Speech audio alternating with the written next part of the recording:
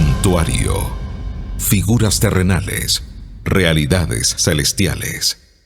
Hola mis amigos, en nuestro tema de hoy estudiaremos juntos la importancia del arca en el santuario celestial.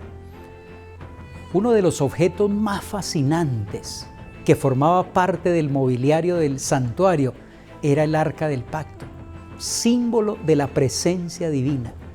Lo extraordinario del arca del pacto es el significado que Dios mismo le dio en Éxodo capítulo 25 y el versículo 22. Allí podemos leer: y allí me encontraré contigo y hablaré contigo de sobre el propiciatorio, de entre los dos querubines que están sobre el arca del testimonio, todo lo que yo te mandare para los hijos de Israel. Dios indicó que el arca del pacto era una estructura de encuentro y comunicación con Él. Israel no quedó a la deriva, sin guía ni dirección. Evidentemente, Israel como nación estaba transitando por el desierto hacia la tierra prometida, y en esa transición Dios estaría presente. Hay diversos relatos en las Escrituras que demuestran el poder que manifestaba la sola presencia del arca del pacto. Por ejemplo, estuvo 3 meses en casa de Obed-Edom y las Escrituras refieren que su casa tenía la bendición de Dios.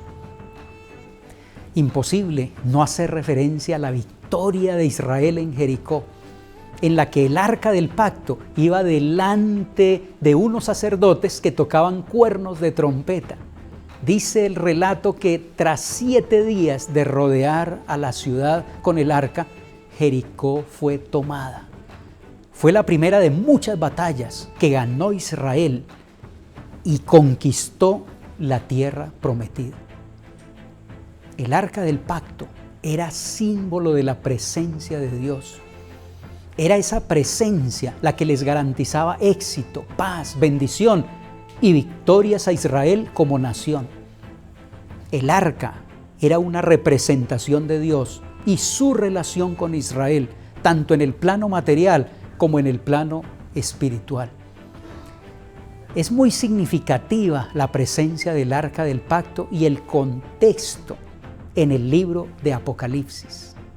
Ya hemos dicho que cada vez que Juan va a comenzar alguna de las 7 grandes secciones de su libro, lo hace presentando una visión vinculada al santuario celestial.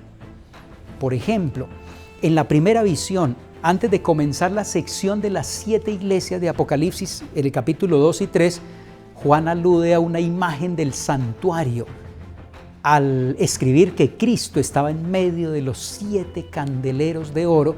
Y como ya hemos estudiado, el candelabro formaba parte del mobiliario del lugar santo del santuario. De la misma manera, antes de dar inicio a la sección de las 7 trompetas de Apocalipsis 8, el autor de Apocalipsis hace referencia a otro mueble del lugar santo. En Apocalipsis 8:3 podemos leer: otro ángel vino entonces y se paró ante el altar con un incensario de oro, y se le dio mucho incienso para añadirlo a las oraciones de los santos sobre el altar de oro que estaba delante del trono. Ahora, permítanme llamar su atención a la visión del arca del pacto que se presenta en Apocalipsis 11:19. Y el templo de Dios fue abierto en el cielo, y el arca de su pacto se veía en el templo. Y hubo relámpagos, voces, truenos, un terremoto y grande granizo. Amigos y amigas, esta visión nos introduce a la parte central del libro de Apocalipsis, es decir, a los capítulos 12, 13 y 14. Esta es la sección que aborda los asuntos relacionados con el gran conflicto entre Cristo y Satanás.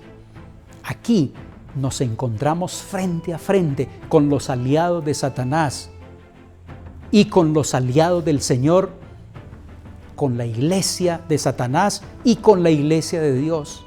Aquí descubrimos las características que distinguen a las fuerzas confederadas del mal y también a las que distinguen al ejército del reino de Dios.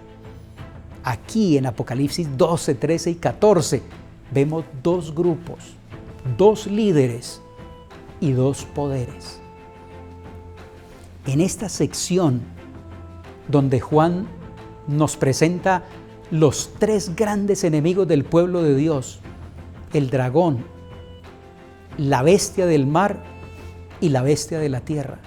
Pero antes de que Juan introduzca los poderes adversos al remanente de Dios, el profeta enfoca el lugar santísimo y el arca del pacto. Es muy importante recordar que esta visión nos introduce en el lugar santísimo del santuario celestial, puesto que es allí donde se encontraba el arca del pacto y dentro de ella las tablas con los mandamientos. La visión del arca nos pone en dirección hacia el último tramo de la historia de este mundo. Es interesante que justo antes de relatar el contenido de Apocalipsis 12, 13 y 14, Dios le haya mostrado a Juan el arca al fin del capítulo 11. Y nos preguntamos, ¿por qué aparece el arca en esta parte del libro? Recordemos que el arca permanecía siempre guardada en el lugar santísimo. Pero cuando el tabernáculo era desarmado, porque los israelitas tenían que reiniciar su trayecto a Canaán, lo que iba delante de ellos era el arca. En ese momento todos podían verla, así lo dice Josué 3:3.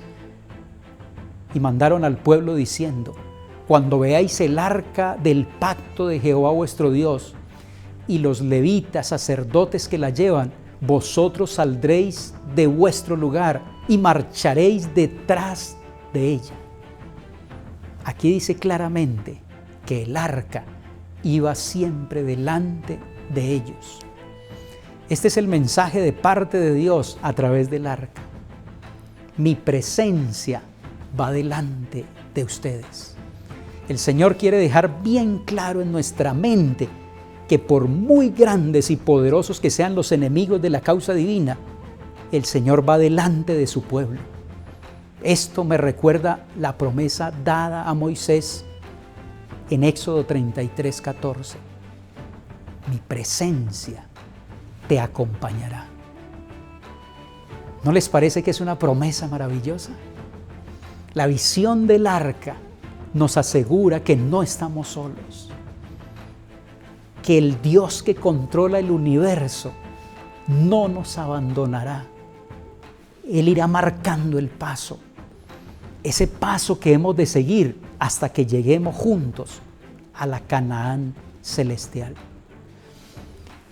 Mis amigos, el Señor va adelante mostrándonos el camino que hemos de transitar. Por tanto, cuando el dragón nos persiga, Dios estará con nosotros. Cuando la bestia del mar nos ataque, Dios estará con nosotros. Cuando la bestia con cuernos de cordero intente engañarnos, Dios estará con nosotros. Su presencia constituye la garantía de nuestra victoria sobre los poderes aliados del mal. Su presencia nos da la certeza de que no hemos de temer, porque con nosotros estará Jehová de los ejércitos. Así como Israel, al contar con la ayuda de la presencia divina, derrotó a los amorreos, a los heteos, a los filisteos, a los cananeos, del mismo modo, los enemigos del pueblo de Dios también serán derrotados en el tiempo del fin.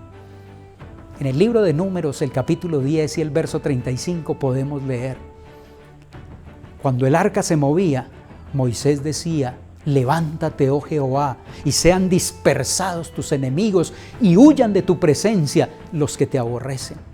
La presencia del arca hacía que los enemigos de Dios y de su pueblo salieran huyendo. La presencia de Dios en el arca del pacto nos asegura que los enemigos descritos en Apocalipsis 12 y 13 no podrán derrotar a la iglesia de Cristo. El dragón, la bestia y el falso profeta se han ensañado contra Dios y contra sus mandamientos. Estas fuerzas diabólicas se han propuesto erradicar la presencia divina de nuestro planeta. Y peor aún, erradicar la presencia divina de nuestros corazones.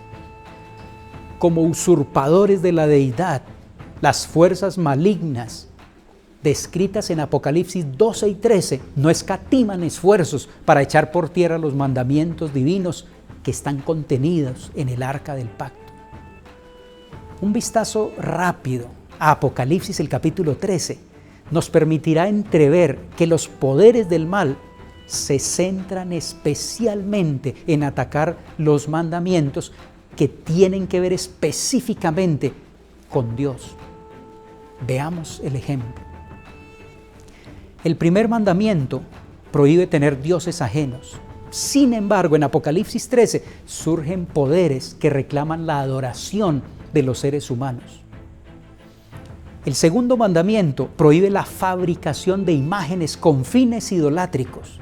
Sin embargo, los poderes satánicos de Apocalipsis 13 constituyen una imagen y obligan a la gente a adorarla. El tercer mandamiento prohíbe que se tome el nombre de Dios en vano. Sin embargo, los poderes de Apocalipsis 13 blasfeman abiertamente el nombre de Dios. El cuarto mandamiento establece la observancia universal del sábado como día de reposo. Sin embargo, los poderes enemigos de Dios y de su pueblo establecen un día falso de adoración al imponer la marca de la bestia, símbolo del reposo dominical. ¿Se dan cuenta? Todos los ataques se enfilan contra los mandamientos que nos inducen a honrar y amar a Dios sobre todas las cosas. Pero, ¿por qué el enemigo ataca los mandamientos que están guardados dentro del arca? Satanás quiere usurpar el arca, quiere destruir los mandamientos de Dios porque se ha propuesto dejarnos desprovistos de la presencia de Dios, porque el arca es símbolo por excelencia de la presencia divina en medio de su pueblo. Pero amigos, la profecía proclama que no lo logrará. Tras la embestida de las bestias de Apocalipsis 13, Juan dice que en el tiempo del fin habrá un grupo que guarda los mandamientos de Dios y la fe de Jesús. La visión del arca constituye una orden de marcha. Estos no son tiempos para quedarnos rezagados en el desierto de la vida. Al presentar el arca en Apocalipsis 11:19, Juan quiere que sepamos que ha llegado la hora de marchar victoriosos hacia nuestra patria celestial. La nueva Jerusalén nos espera. La ciudad de Dios está lista para recibirnos.